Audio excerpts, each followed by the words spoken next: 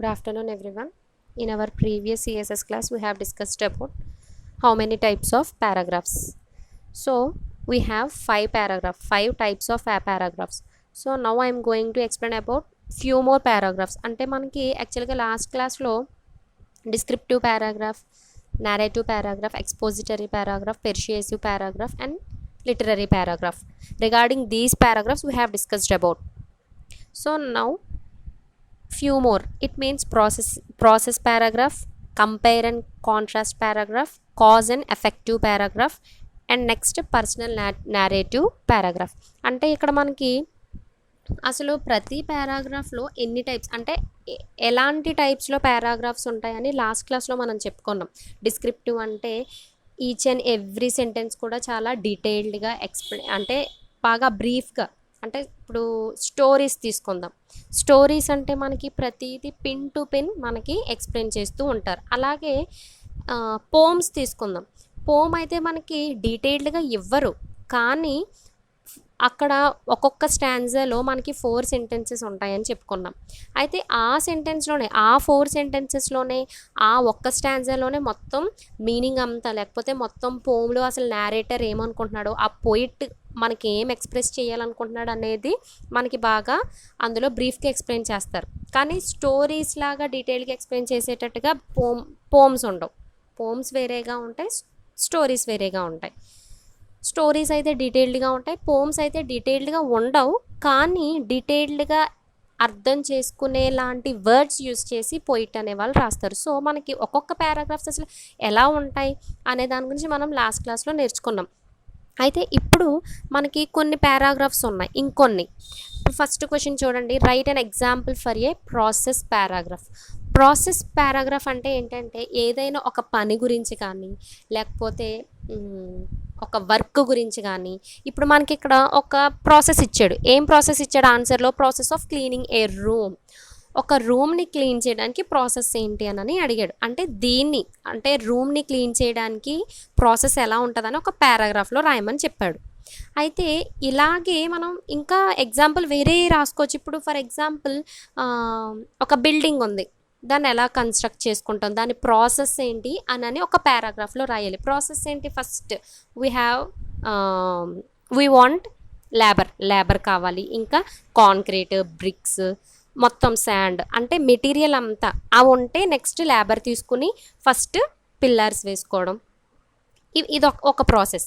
అయితే మనకి మెటీరియల్లో ఒక ప్రాసెస్ ఇచ్చాడు, అదేంటంటే process of A cleaning room. ఒక్క రూమ్ని క్లీన్ చేయాలంటే ప్రాసెస్ ఏంటి అని ఇచ్చాడు. ఈ ఆన్సర్లో ఏముంటుందంటే, నేను మీకు చెప్తున్నాను, వీడియో రన్ అవుతున్నప్పుడు మీరు పాజ్ చేసుకుని ఒకసారి ఆన్సర్ చూడండి, ప్రతి సెంటెన్స్ కూడా ఒకసారి చదవండి. ఇవన్నీ కూడా మన ఓన్ సెంటెన్సెస్లోనే ఉంటాయి. ఒకవేళ మీకు అర్థం కాకపోయినా ఒకసారి నేను ఎక్స్ప్లెయిన్ చేసిన తర్వాత ఒకసారి వీడియో పాజ్ చేసుకుని ఒకసారి చూసుకుంటే మీరు ఓన్ సెంటెన్స్లో అయినా మీరు రాసుకోవచ్చు. అయితే ఇక్కడ చూడండి, ఒక రూమ్ని క్లీన్ చేయాలంటే మనం ఏం చేయాలి? ఫస్ట్ మొత్తం ఈ థింగ్స్ అన్నీ కూడా పక్కకు పెట్టేసి స్వీప్ చేసుకుంటూ వెళ్తాం, తుడుచుకుంటూ వెళ్తాం.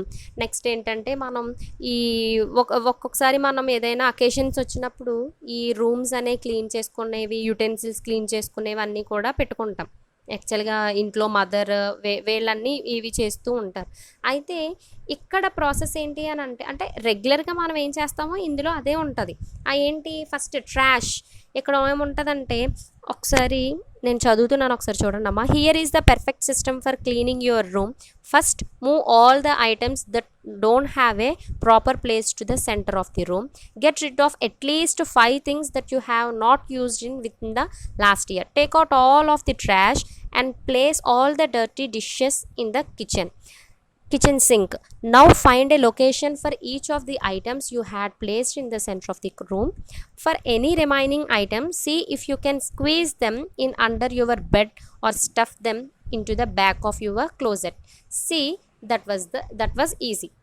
ఇక్కడ ఏం చెప్తున్నాడంటే, ఒక రూమ్ క్లీన్గా ఉండాలి అంటే ఫస్ట్ ఏంటంటే థింగ్స్ అన్నీ పక్కన పెట్టేసి స్వీప్ చేసుకుంటూ వెళ్తాం. అయితే మనం కొన్ని సంవత్సరాలుగా ఏమేమైతే యూజ్ చెయ్యని థింగ్స్ ఏమేమైతే ఉన్నాయో అవి వెంటనే తీసేయమంటున్నాడు.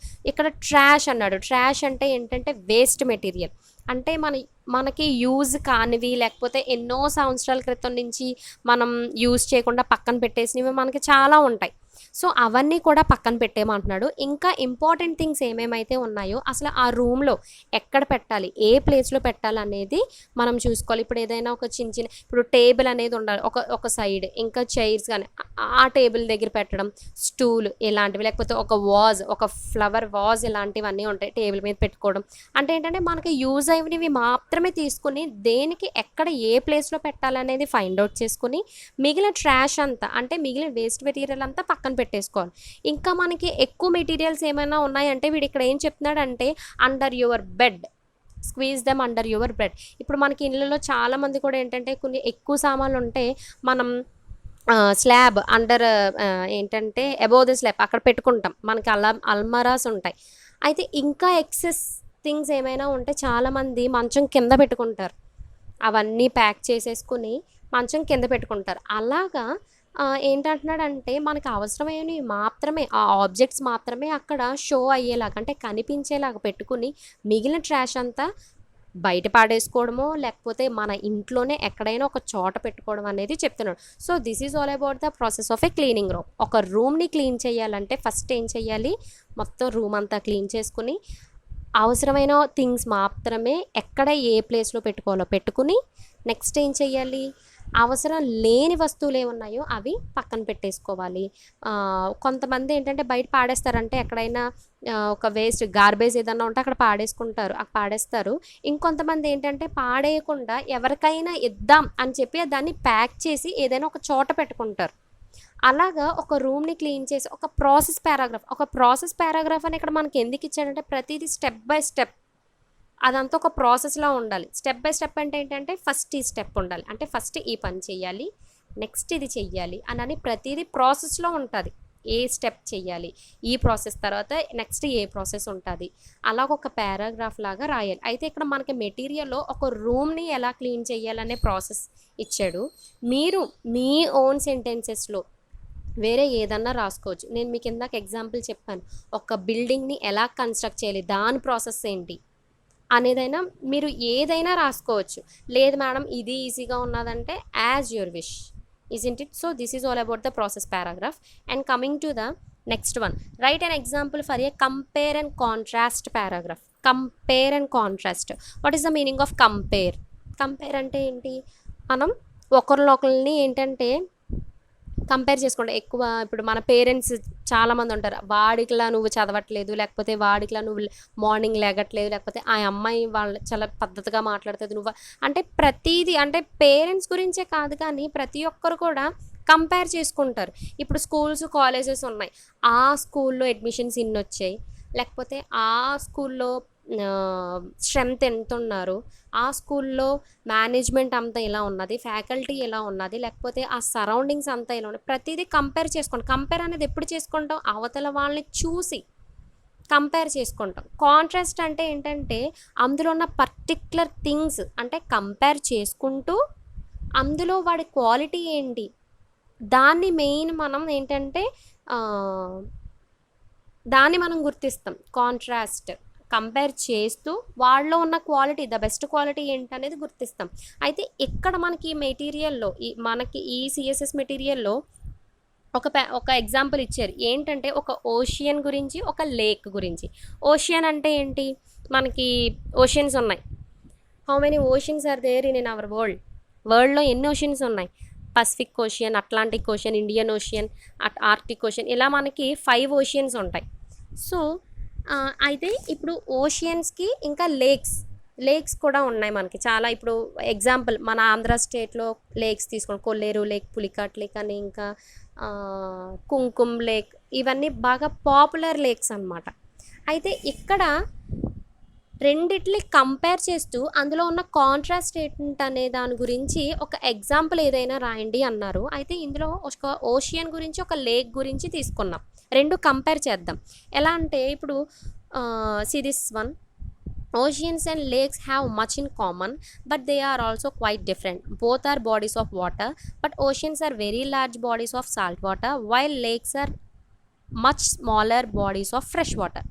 ఇక్కడ ఏంటంటే ఓషియన్స్, లేక్స్ రెండు కూడా వాటర్కి సంబంధించింది. అయితే ఇందులో కూడా ఒక డిఫరెంట్ ఉన్నది. ఒక డిఫరెన్స్ ఉన్నది. ఏంటి అంటే ఓషియన్స్ అంటే ఏంటి? ఓషియన్ అంటే ఏంటి అసలు? గ్రూప్ ఆఫ్ సీస్ అంటే సముద్రాలు ఉన్నాయి, సముద్రాలన్నిటిని కలుపుకుంటే ఒక ఓషియన్. అలాగే ఇప్పుడు మనకి which is the biggest ocean? మనకి మన వరల్డ్లో పెద్ద ఓషియన్ ఏది ఉన్నది? Pacific ocean. ఈ ఓషియన్ అనేది ఎప్పుడు చెప్పుకుంటాము అంటే ఓషియన్ అంటే ఏంటి అని అంటే ఇప్పుడు కాకినాడ సీ ఉన్నది, కాకినాడలో ఒక సీ ఉన్నది, మద్రాసులో ఒకటి ఉన్నది, ఇంకా వైజాగ్లో ఒకటి ఉన్నది. ఇవన్నీ ఒక్కొక్క సీ. ఇలాంటి సీస్ ఒక గ్రూప్ ఆఫ్ సీస్ ఉన్నదాన్ని ఒక ఓషియన్ అంటారు. సో ఓషియన్ నథింగ్ బట్ ఏంటంటే సీ, సముద్రం. కొన్ని సముద్రాల్ని కలుపుకుని ఒక ఓషియన్ అంటారు, అంటే మహాసముద్రం అంటారు. సో ఇక్కడ ఏం చెప్తున్నాడంటే ఓషియన్, లేక్స్ ఈ రెండు కూడా వాటర్కి సంబంధించినవే. లేక్స్ అంటే ఏంటి? సరస్సులు. కొల్లేరు సరస్సు, కొల్లేరు లేక్, ఇంగ్లీష్లో కొల్లేరు లేక్ అని చెప్పుకుంటాం, పులికాట్ లేక్ అంటాం. తెలుగులో కొల్లేరు లేక్, పులికాట్ లేక్, కొల్లేరు సరస్సు, పులికాట్ సరస్సు, ఇంకా కుంకుమ సరస్సు అని తెలుగులో చెప్పుకుంటాం. రెండు వాటర్కి సంబంధించినవే. అయితే ఓషియన్స్ అంటే ఏంటంటే సముద్రాలన్నిటిని కలుపుకుంటే ఒక మహాసముద్రం, అంటే సాల్ట్ వాటర్. లేక్స్ ఉన్నాయి. లేక్స్ అంటే ఏంటి? అవి చిన్నగానే ఉంటాయి, అయితే అందులో ఫ్రెష్ వాటర్ ఉంటుంది. ఫ్రెష్ వాటర్ నథింగ్ బట్ ఏంటంటే మన డ్రింకింగ్ వాటర్ అదంతా. ఇప్పుడు సీ వాటర్ ఉన్నది, వీ కాంట్ డ్రింక్. కొల్లేరు ఇప్పుడు నాట్ కొల్లేరు, ఇప్పుడు లేక్స్ ఉన్నాయి, రివర్స్ ఉన్నాయి. లేక్స్, రివర్స్, ఇవి రివర్స్ అంటే ఏంటి? సారీ లేక్ అంటే ఏంటంటే ఇప్పుడు నేను చెప్పాను ఓషియన్ అంటే గ్రూప్ ఆఫ్ సీస్, అంటే కొన్ని సముద్రాల్ని కలుపుకుని ఒక్క ఓషియన్ అంటాం, అంటే కొన్ని సముద్రాల్ని కలిపి ఒక మహాసముద్రం అంటాం. లేక్స్ అంటే ఏంటి? కొన్ని నదుల్ని కలుపుకుని ఒక లేక్ అని చెప్పుకుంటాం. నది ఇప్పుడు మన రాజమండ్రిలో గోదావరి ఉన్నది, Godavari river. We can drink water, అంటే గోదావరి వాటర్ మనం తాగొచ్చు, కానీ సముద్రంలో ఉన్న వాటర్ని మనం తాగలేం. That is the difference between the ocean and lake. ఇక్కడ ఏం కంపేర్ చేసాం, రెండిటిని కంపేర్ చేస్తున్నాం. అయితే దానిలో ఉన్న కాంట్రాస్ట్ ఏంటి చూద్దాం. Lakes are usually surrounded by land, while oceans are what surround continents. Both have plants and animals living in them. The ocean is home to the largest animals on the planet, whereas lakes support much smaller forms of life. When it is time for the vacation, both will make a great place to visit and enjoy. ఇక్కడ ఇప్పటి వరకు మనం రెండింటిని compare చేసుకున్నాం. అయితే ఇందులో ఉన్న contrast, ఇందులో ఉన్న మెయిన్ క్వాలిటీ ఏంటో చెప్పుకుందాం. ఇప్పుడు ఓషియన్స్ అనేవి ఉన్నాయి. ఓషియన్స్ అనేవి ఎలా ఉంటాయంటే మొత్తం కాంటినెంట్స్ చుట్టూ ఉంటాయి. లేక్స్ అనేవి ఏంటి? మన ఎర్త్ ఉన్నది కదా, మన ఎర్త్ చుట్టూ లేక్స్ ఉంటాయి. ఓషియన్స్ ఎలా ఉంటాయి? మొత్తం కాంటినెంట్స్ అన్నిటి చుట్టూ ఉంటాయి. కాంటినెంట్స్ ఏమున్నాయి మనకి? How many continents are there? 7 continents are there. Those are Asia, Europe, Australia, North America, South America, etc. మనకి 7 continents ఉన్నాయి. ఈ కాంటినెంట్స్ అంటే ఈ కాంటినెంట్స్ చుట్టూ ఓషియన్స్ ఉంటాయి. అర్థమవుతుందమ్మా మీకు? అదే లేక్స్ ఎలా ఉంటాయి అంటే ఓన్లీ మనకు భూమి చుట్టూ. ఇప్పుడు మన ఇండియా మ్యాప్ చూసుకుందాం, అంటే ఇండియా మ్యాప్ కాదు, వరల్డ్ మ్యాప్ చూసుకుందాం. అంటే మన వరల్డ్ మ్యాప్లో అంటే మనమున్న ప్లానెట్ ఏంటి? మనకి 9 ప్లానెట్స్ ఉన్నాయి. 9th ప్లూటో ప్లానెట్ ఇగ్నోర్ చేశారు. సో మనకి 8 ప్లానెట్స్ ఉన్నాయి. ఈ 8 ప్లానెట్లో వాట్ ఈజ్ అవర్ ప్లానెట్? మనం ఏ ప్లానెట్లో ఉంటున్నాం? ఎర్త్ అనే ప్లానెట్లో ఉంటున్నాం. అంటే మన భూమి ఏంటి? ఎర్త్. అందులో ఆ భూమికి ఆ మధ్యలో మాత్రమే ఈ లేక్స్ ఉంటాయి. ఆ భూమికి చుట్టూ భాగాల్లో ఉంటుంది లేక్. కానీ ఓషియన్స్ వచ్చేసి కాంటినెంట్స్ చుట్టూ ఉంటాయి. కాంటినెంట్స్ ఏంటి? మనకి Asia, Europe, Australia, north America, south, ఇలాంటివన్నీ కూడా కాంటినెంట్స్ చుట్టూ ఓషియన్స్ ఉంటాయి. మన ఎర్త్ అందులో ఉన్న కొన్ని భాగాల చుట్టూ ఏముంటాయి? లేక్స్ ఉంటాయి. That is the contrast between the ocean and the lake. ఇంకేం చెప్తున్నాడంటే ఈ ఓషియన్ అనేది బాగా లార్జెస్ట్ యానిమల్స్ అండ్ బర్డ్స్, వీటికి అదొక ప్లేస్ అనమాట ఓషియన్ అనేది. లేక్స్ అనేవి ఏంటంటే చిన్న యానిమల్స్కి, చిన్న బర్డ్స్కి అదొక ప్లేస్. అంటే అది ఓషియన్ పెద్దది కాబట్టి అక్కడ పెద్ద పెద్ద యానిమల్స్, పెద్ద పెద్ద బర్డ్స్ అనేవి అక్కడ ఉంటాయి. ఇప్పుడు బ్లూ వేల్ చూసుకుందాం, అది మన మన వాటర్ యానిమల్లో బిగ్గెస్ట్ యానిమల్ ఏంటి అంటే బ్లూ వేల్. ఇవన్నీ ఏంటంటే ఓషియన్స్లో ఉంటాయి. అంటే పెద్ద పెద్ద యానిమల్స్, పెద్ద పెద్ద బర్డ్స్ ఇవన్నీ కూడా ఓషియన్స్లో ఉంటాయి. అవి పెద్దది కాబట్టి, దాని వాటర్ బాడీ అనేది పెద్దది కాబట్టి కంపేర్ టు ద లేక్ని పోల్చుకుంటే ఓషియన్ వాటర్ బాడీ చాలా పెద్దది. సో అక్కడ పెద్ద యానిమల్స్, పెద్ద బర్డ్స్ అనేవి అక్కడ వాటికి అదొక ప్లేస్, అదొక లైఫ్ ప్లేస్. ఇప్పుడు లేక్స్ చూసుకుందాం, అది చిన్నది. ఇప్పుడు ఓషియన్ని పోల్చుకుంటే లేక్ అనే వాటర్ బాడీ చాలా చిన్నది. ఇంకొకటి అక్కడ ఇంకే దేనికి ప్లేస్ అంటే స్మాల్ యానిమల్స్కి, స్మాల్ బర్డ్స్కి, చిన్న చిన్న సంబంధించిన రెప్టైల్స్, ఇన్సెక్ట్స్ చాలా ఉంటాయి. వాటికి లేక్స్ అనేది అదొక ప్లేస్. ఓషియన్స్కి లార్జెస్ట్ యానిమల్స్ అనేది ప్లేస్. సో ఇక్కడ లాస్ట్ ఏమంటున్నాడంటే when it is time for a vacation, మనకి ఎప్పుడైనా టైం ఉంటే అవి వెకేషన్కి మీరు వెళ్ళినప్పుడు, మీకు టైం ఉన్నాయి వెకేషన్కి వెళ్ళేటప్పుడు రెండు చూడండి, ఎంజాయ్ చేయండి అని అంటున్నాడు. ఇప్పుడు మనకి కంపేర్ అండ్ కాంట్రాస్ట్ పారాగ్రాఫ్ అంటే ఏంటంటే ఇప్పుడు కంపేర్ అనేది ఎలా చెప్తాం? ఇప్పుడు మన దగ్గర ఏదైనా ఒక ఆబ్జెక్ట్ లేకపోతే ఒక థింగ్ ఉండి ఇంకొక ఆబ్జెక్ట్, ఇప్పుడు రెండాట్లనే కదా పోల్చుకొని కంపేర్ చేసి. ఇప్పుడు కంపేర్ అంటే ఏంటి? పోల్చుకోవడం. ఎప్పుడు పోల్చుకుంటాం? రెండు వస్తువులైనా, లేకపోతే అవి మనుషులైనా, పక్షులైనా, జంతువులైనా, ఏదైనా ఒక రెండు ఉంటే ఒకదాన్నొకటి మనం పోల్చి చెప్పుకుంటాం, కంపేర్ చేస్తాం. ఒకదాన్నే ఉంచేసి ఒక్క పేపర్ ఉన్నది నా చేతిలో, లేకపోతే ఒక్క పెన్ ఉంది, ఈ పెన్ పట్టుకుని ఏం కంపేర్ చేసి చెప్తాను? దానికి తోడు ఇంకొకటి ఏదైనా ఆబ్జెక్ట్ నా దగ్గర ఉంటే ఆ రెండిట్లకి కంపేర్ చేస్తాను. అర్థమైందా?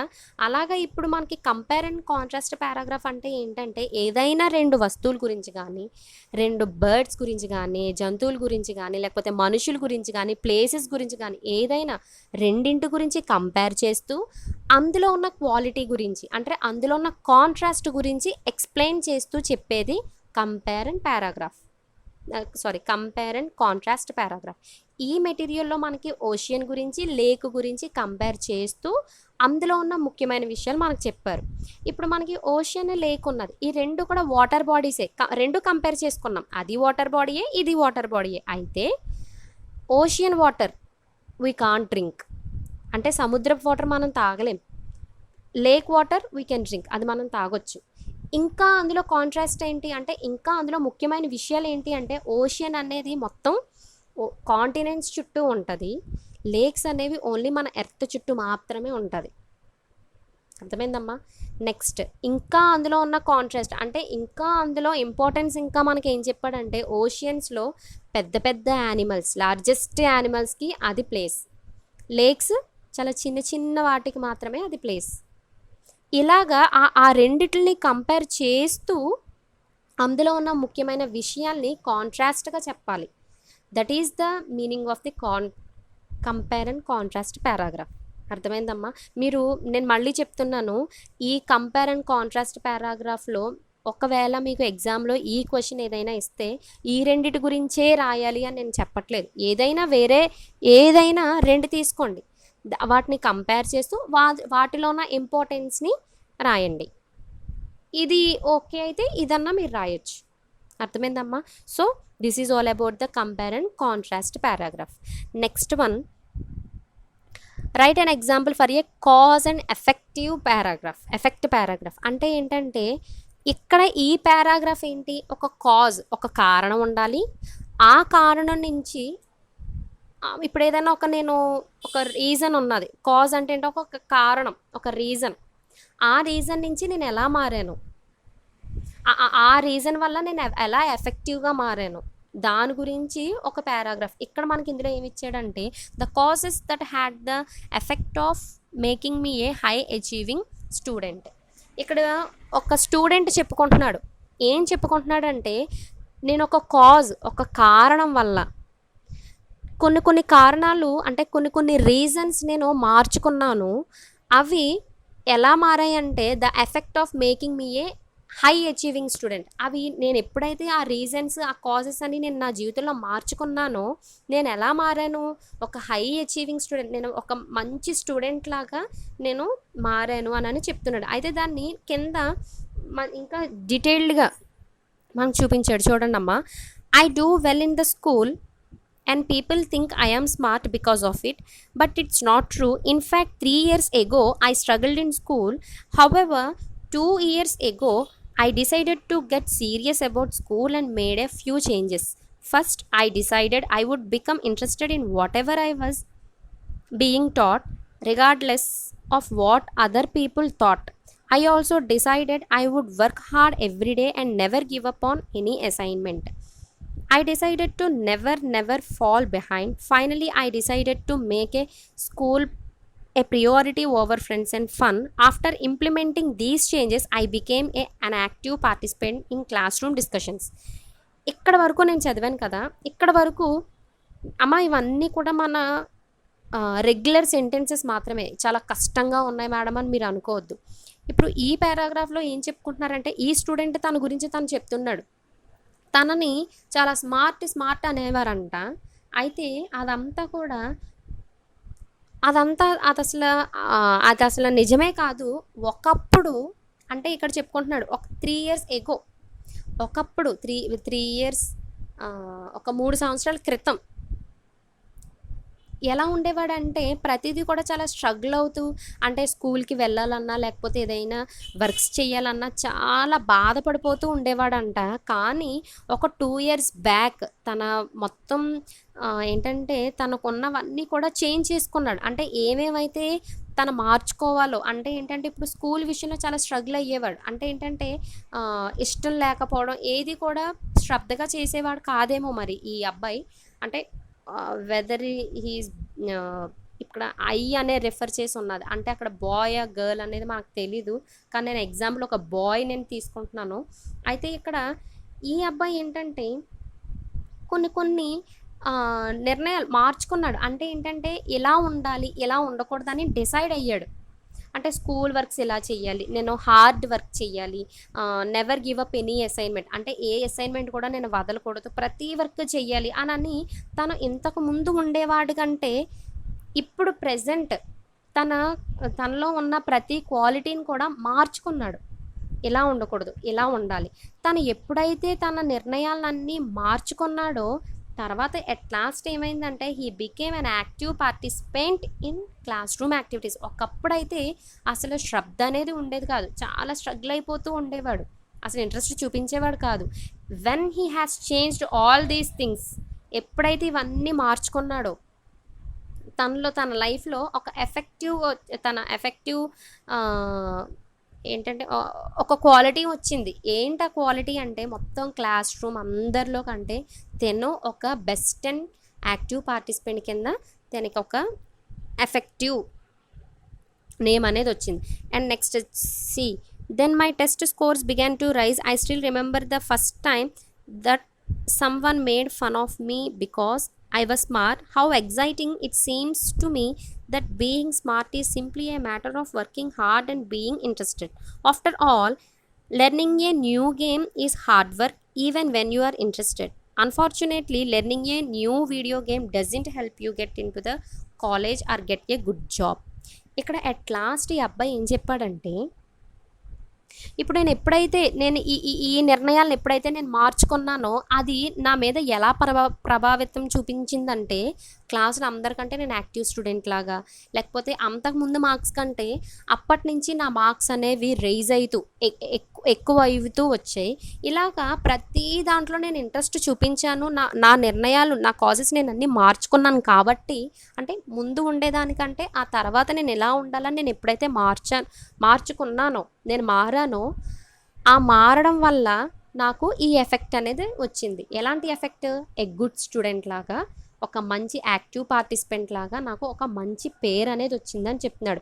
ఇంకా లాస్ట్లో మనకి ఒక చిన్ని ఎగ్జాంపుల్ ఈ అబ్బాయి చెప్పాడు. ఏంటంటే మనకి బాగా టిపికల్ సిచ్యువేషన్లో ఒక వీడియో గేమ్ నేర్చుకోవాలనే ఇంట్రెస్ట్ మనకు ఉండదు, బట్ నువ్వు నేర్చుకున్నావు. అర్థమవుతుందమ్మా? ఇదేంటంటే మీకు ఇది కొంచెం ట్రిక్కీగా ఉంటుంది. ఒక్కసారి మీరు మైండ్ పెట్టి ఆలోచిస్తే మీకు అర్థమవుతుంది. Actually when I was read first time I couldn't understand what he is telling. First time చదువుతున్నప్పుడు అసలు ముందు చెప్పేదానికి లాస్ట్ చెప్పేదానికి అసలు రిలేటెడ్గా లేదేంటి అని అనుకున్నాను. When I have read few more times, నేను ఎప్పుడైతే ఇంకా కొన్నిసార్లు చదివానో then I have understood what he is telling. ఏంటంటే ఇక్కడ పర్టికులర్ ఇక్కడ ఒక వీడియో గేమ్ గురించి మనకి ఈ అబ్బాయి చెప్పాడు. కానీ వీడియో గేమ్ గురించి కాదు, కానీ నిజంగా ఇప్పుడు ఏదైనా మనకి ఇంట్రెస్ట్ లేకుండా ఏది మనం నేర్చుకోం. అయితే ఈ అబ్బాయి ఏం చెప్తున్నాడంటే ఒక వీడియో గేమ్ని మనం బాగా టిపికల్ సిచ్యువేషన్లో ఉన్నప్పుడు నేర్చుకోవాలనే ఇంట్రెస్ట్ మనకు రాదు. మనకు మంచి మూడ్ ఉన్నప్పుడే ఏదైనా నేర్చుకోవాలి అనే థాట్స్ అనేవి వస్తాయి. కానీ టిపికల్ సిచ్యువేషన్లో ఉన్నప్పుడు మాత్రం మనం ఏదైనా నేర్చుకోవాలనే ఐడియా మాత్రం రాదు. ఒకవేళ మనం నేర్చుకుంటే అట్ లాస్ట్ ఏం చెప్తున్నాడంటే ఒక కాలేజ్లో కానీ లేకపోతే ఎందులోనైనా కానీ మనకి ఎలాంటి రిజల్ట్ అనేది ఉండదు. ఇక్కడ చెప్తున్నాడు,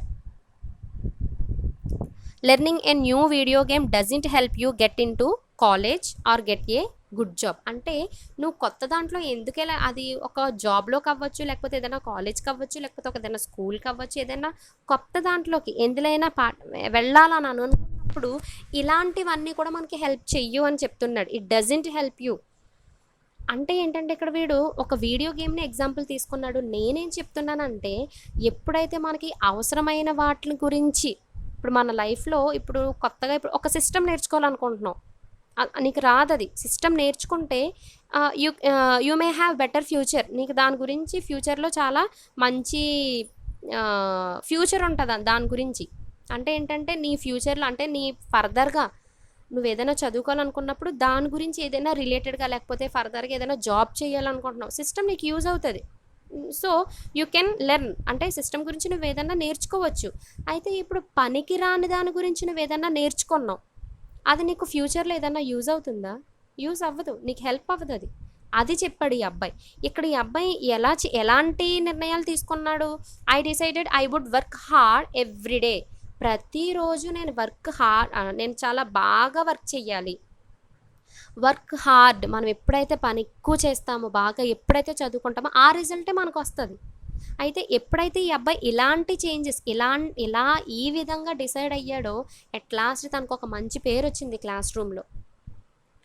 ఇక్కడ ఏం చెప్తున్నాడంటే ఈ అబ్బాయి మనకి ఎప్పుడైతే మన లైఫ్లో కొన్ని నిర్ణయాలు తీసుకోవచ్చు, తప్పు కాదు, కానీ మన ఫ్యూచర్లో అవి ఎలా ఎఫెక్టివ్గా అవుతున్నాయో డిఫెక్టివ్గా అవుతున్నాయో అనేది చూసుకోవాలి. ఇక్కడ ఈ అబ్బాయి వీడియో గేమ్ గురించి ఎగ్జాంపుల్ చెప్పాడంటే ఇప్పుడు వీడియో గేమ్ నువ్వు నేర్చుకుంటావు, అది తప్పేం కాదు, కానీ ఫ్యూచర్లో అది ఏమైనా యూజ్ అవుతుందా? అవ్వట్లేదు. సో యూజ్ అయ్యేది నేర్చుకోవాలి, మనకి బాగా ఉపయోగపడేది నేర్చుకోవాలి. మనం ఉపయోగకరం లేని దాని గురించి మనం ఎక్కువ టైం స్పెండ్ దానికి పెడితే ఇంకా అవసరమైనవి ఇంకెప్పుడు నేర్చుకుంటారు? సో ఇక్కడ ఈ పారాగ్రాఫ్లో కాజ్ అండ్ ఎఫెక్ట్, మనం ఏదైనా ఒక కాజ్, ఒక కారణం, ఏదైనా డిసైడ్ అయ్యాము అంటే అది ఎఫెక్టివ్గా ఉండాలి కానీ డిఫెక్టివ్గా ఉండకూడదు. ఈ పారాగ్రాఫ్లో ఏంటంటే కాజ్ గురించి, నువ్వే కాజ్ అయితే తీసుకుంటున్నావో అది అట్ లాస్ట్ ఎఫెక్టివ్గా ఉండాలి, దాని గురించి పారాగ్రాఫ్ రాయమని ఈ క్వశ్చన్లో ఇది ఎగ్జాంపుల్ మనకు చెప్పారు. అంటే ఒక స్టూడెంట్ ఎలా డిసైడ్ అయ్యాడు, అట్ లాస్ట్ తన డెసిషన్స్ వల్ల అట్ లాస్ట్ ఆ అబ్బాయి ఎలా అయ్యాడు, ఎలా ఎఫెక్టివ్గా అయ్యాడు అనే దాని గురించి మనకి ఈ పారాగ్రాఫ్ ఎగ్జాంపుల్గా చెప్పారు. సో నేను చెప్తున్నాను కదా, ప్రతి పారాగ్రాఫ్కి నేను మీకు ఎక్స్ప్లెయిన్ చేస్తున్నాను కాబట్టి ఎగ్జామ్లో ఇలాగే రాయొచ్చు, అంటే ఇవే రాయొచ్చు, లేకపోతే మీ ఓన్ సెంటెన్సెస్, మీ ఓన్ ఏదైనా తీసుకోవచ్చు. ఇప్పుడు కాజ్ ఏదైనా తీసుకోండి, నేను ఇంట్లో ఎలా ఉండేవాడిని, తర్వాత ఎలా మారాను, నేను ఎప్పుడైతే ఎలా మారానో నా ఫ్యామిలీ మెంబర్స్ నన్ను చూసి ఎలా మెచ్చుకుంటున్నారు. సో మీకు నచ్చింది, అంటే మీకు నచ్చింది ఏదైనా రాసుకోండి, కానీ మీనింగ్ఫుల్గా ఉండాలి. వాడు ఏ పారాగ్రాఫ్ గురించి అయితే అడిగాడో అట్ లాస్ట్ వచ్చేసరికి ఆ పారాగ్రాఫ్ గురించి క్లియర్ కట్గా ఉండాలి. అర్థమైందమ్మా? సో ఈరోజు మీకు ఏం చెప్పానంటే ప్రాసెస్ పారాగ్రాఫ్ గురించి, next compare and contrast paragraph గురించి, at last cause and effective paragraph గురించి మీకు డిస్కస్ చేశాను కదా. సో నెక్స్ట్ క్లాస్లో నేను పర్సనల్ నేరేటివ్ పారాగ్రాఫ్ గురించి డిస్కస్ చేస్తానమ్మా, ఎక్స్ప్లెయిన్ చేస్తాను. So this is all about the today's class. And after complete this class, you just pause the video. మీరు ఒకసారి వీడియో పాజ్ చేసుకుని ప్రతి సెంటెన్స్ చూసుకోండి. ఇక్కడ ఉన్న పారాగ్రాఫ్స్ మీరు ఎక్కడైనా ఒక నోట్స్లో రాసుకొని మీకు నచ్చిన సెంటెన్సెస్లో, మీ ఓన్ సెంటెన్స్లో, వితౌట్ ఎనీ గ్రామటికల్ మిస్టేక్స్ అలా లేకుండా మీరు రాసుకోవచ్చు. ఓకేనమ్మా. So this is all about the today's class. In my next class I will explain the personal narrative paragraph. Okay, so meet on next class. Thank you.